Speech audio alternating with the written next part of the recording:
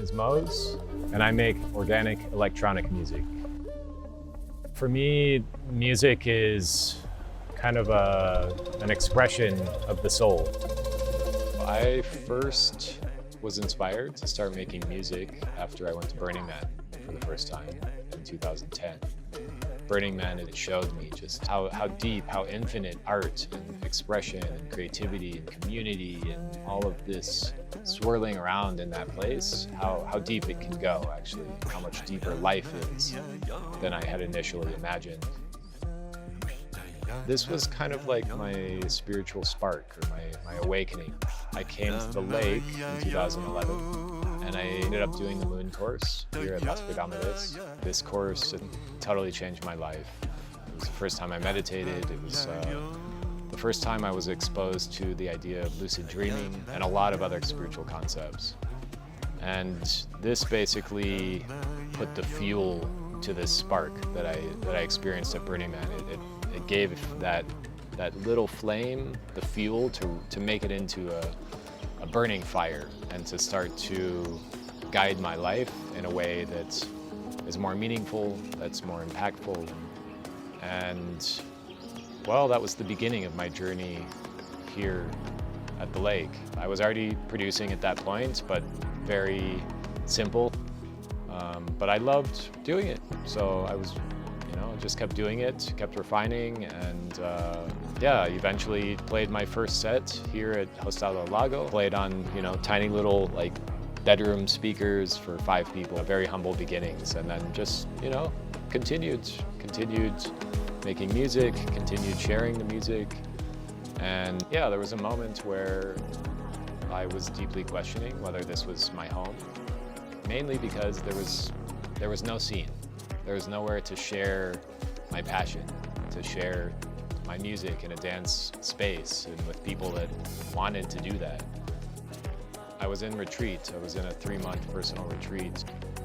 And in that process, I realized that I don't actually need a scene, that I can help to shape one, that I can help build a scene here at the lake.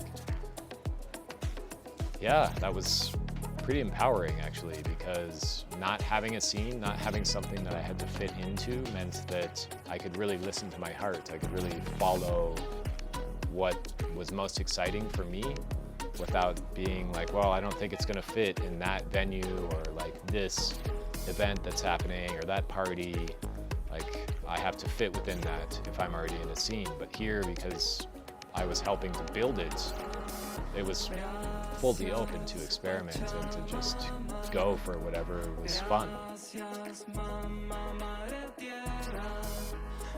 I was doing a small ecstatic dance with some other friends.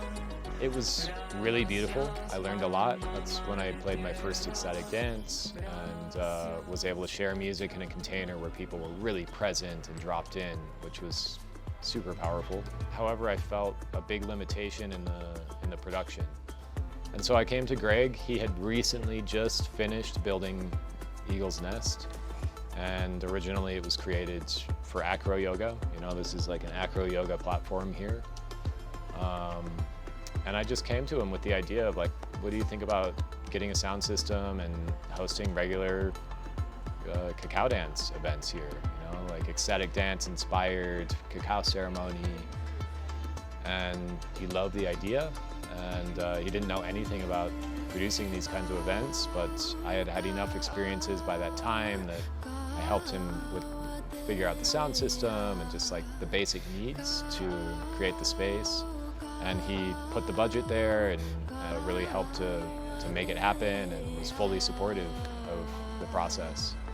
And yeah, did our first event for about 60 people, which we were super happy about, and it just kept building and growing from there.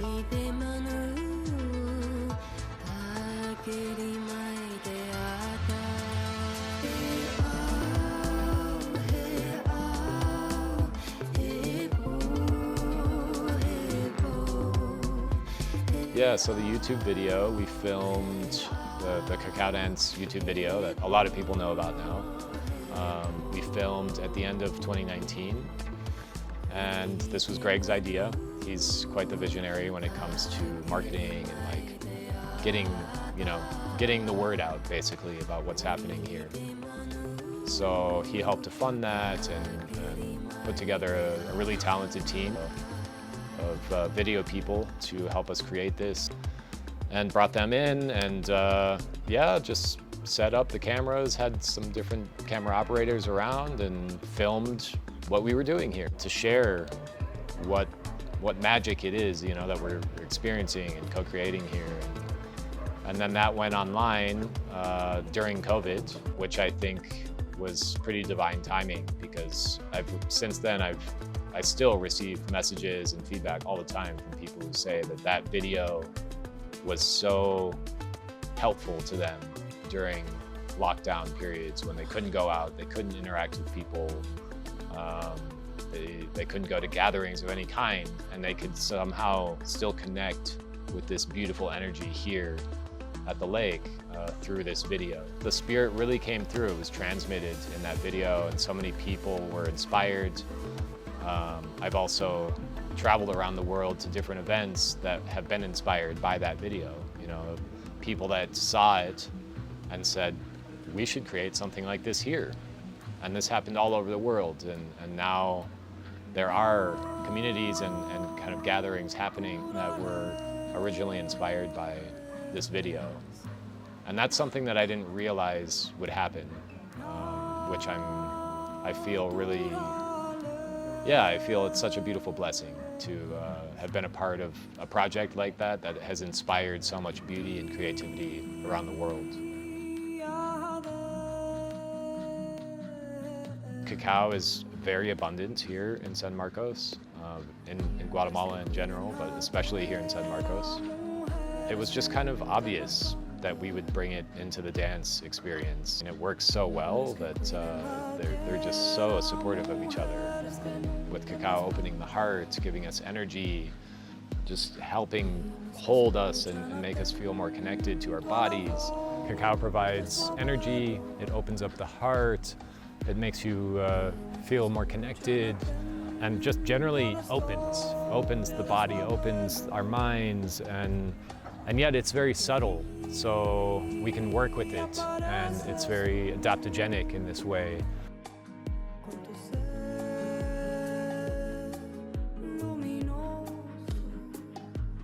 The Mo's sound is very much founded in the energy of Lake Atitlan and this community in general. In that, when I've been producing over the years, in a way I'm like imagining these dance floors. I'm imagining the people in this community. It's this very global population, people coming together to pray, that really appreciate and perceive this dance experience as a ceremony, as a prayer. It also inspires me to work on music in a different way, and to work on music that serves that intention, that serves that container. And then you have this beautiful energy from the local Mayan indigenous population as well. So I feel like the people here, the people of this land who have been here much longer than us, for me, they anchor in some really beautiful energies. I feel like a humility with the people here. I feel a simplicity and a really strong connection to nature, to the land. And these things have always been very present for me when I'm in these lands, and kind of reminding me when maybe I start to like spiral off into weird thoughts, or I'm just feeling disconnected. Sometimes just like walking by a local person, just their energy and seeing them and feeling them will kind of like humble me and bring me back to myself and bring me back to just like the simple things. I think the magic of Lake Atitlan lies in two main sort of essences. I think one, it's in this land, it's in these volcanoes and just the nature around, the people here, the culture. And I think the second part is, in a way, a response to that. You know, this community here in San Marcos is magnetized, I think, by the energy of this land. So it creates this sort of feedback loop where the people then come and they give prayers and they do this self-work, and all of these interesting people here together, inspiring each other and exploring and growing. I feel it feeds the energetics of the land, and then it just keeps kind of like feedbacking and cycling through. So I don't know how it started or why or what's the catalyst there, but over the years it's clear that, yeah, there's a really strong energy here. A lot of people who come here, they feel it right away. And there's a huge opportunity, I think. Sometimes it can be too much, and a lot of people get kicked out of here because the intensity is not what they need. And others, like myself, stick around for years, and we kind of roll with these waves of energy. And for me, it's been a massive support and inspiration for my music, for my life, and really what I'm bringing out into the world was all born here at Lake Atitlán. My name is Mose, and I am a voice of the lake.